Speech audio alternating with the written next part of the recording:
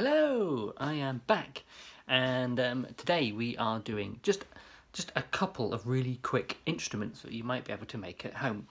Number one, this is called a guaro, and it is played with one of these. In fact, it's just played with any stick really, although the thinner the stick the better. So I'm not going to use the ball part of this, I'm going to use this end. And a guaro is basically made of a piece of wood, and it's got little ridges in the wood, so when you go like this,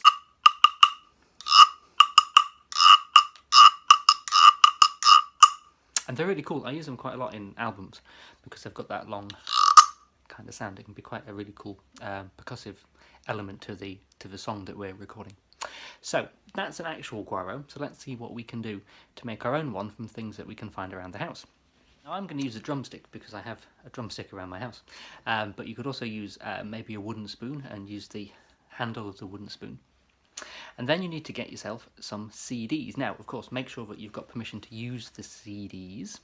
You need quite a few as well. I've got about 20 here or so, and to be honest, the more the merrier. So if I had more than 20, that would make it an even better guaro. And what I'm going to do is, I've just kind of fed them through the drumstick, so you could do the same with the wooden spoon. And then what you can do is, if you hold it and just fan them out a little bit, so you see it's tighter at the bottom here than it is at the top. And now I'm going to get a pen, and the reason I'm using a pen is because, well, A, you might not have a percussion beater lying around your house, but B, this doesn't actually sound as good as the pen for some reason, so that's off down there. I'm going to take the end of the pen, not the nib, not this bit, because I mean it probably wouldn't, but it could damage the CDs, so we don't want to do that. So I'm going to take the other end, hold the CDs up,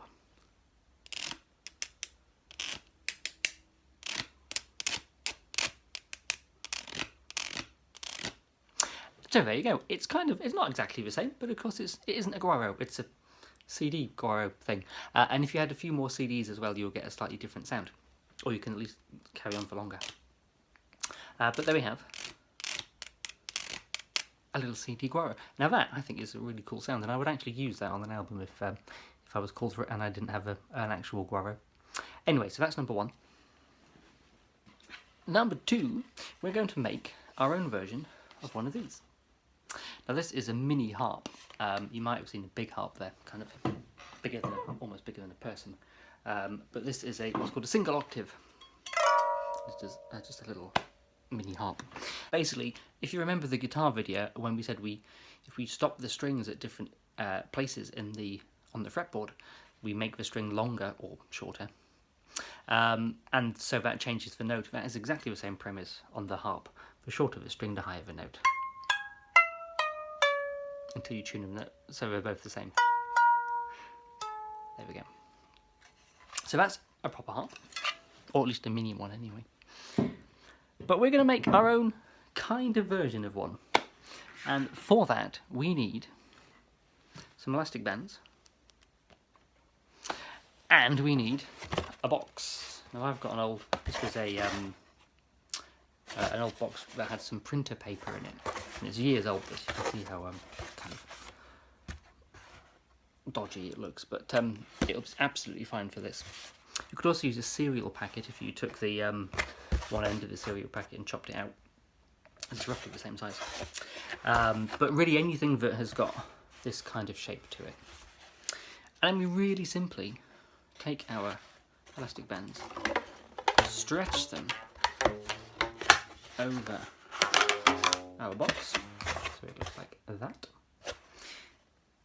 And if we twang one of those, that's not a bad note at all. Now if we take another one, this one's a slightly tight one. I would suggest getting more than enough elastic bands, because you may well snap a couple if they are a little bit tighter. And to be honest, if you get a few that are tighter and a few that are looser, that's better, because you'll change the note slightly better. So here we have another one. Now these will sound different. These will sound different because this box is not equal, so therefore, as you can see, it's pushing in some of the sides of the box more than others. So this string is is longer than that string, and so therefore it's a lower note. And let's make one more, just so we've got 3 notes. Which is actually one of the reasons why this older box is quite useful, because over the years it's just kind of been pushed around a little bit, and so it's given us some quite nice notes.